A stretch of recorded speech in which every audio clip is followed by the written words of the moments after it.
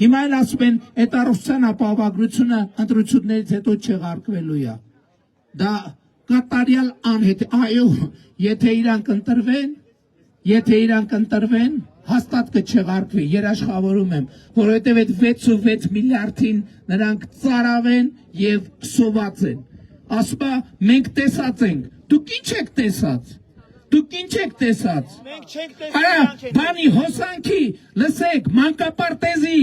վրա հոսանքի ավել փող գրող կալուգացի օլիգարխը ոնց կարա ասի ես տեսած եմ, դուք չտեսեք,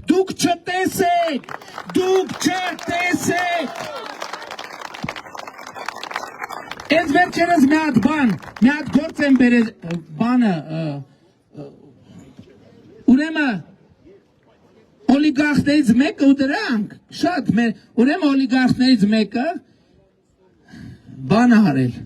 տրանսֆորմատորները բան արել, ներկրել,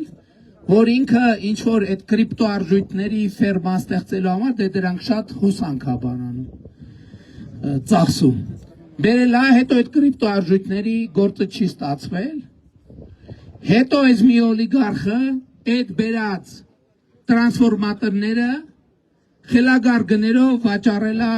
այս մի օլիգարխին, դե պարզա, ավել պակասնել ինչ են արել, էդ էլ հերթական գործն է, բա դրա համար են ասում,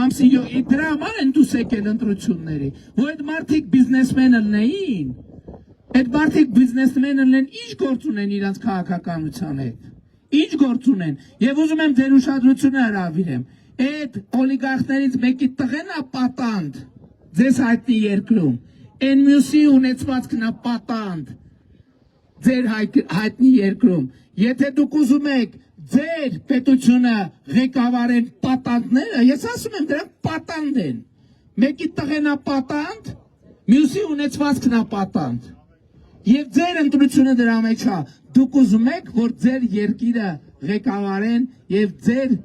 ձեր անունից հանդես գան նրանք, ովքեր պատանդի կարգավիճակում են, բառից բուն իմաստով պատանդի կարգավիճակում։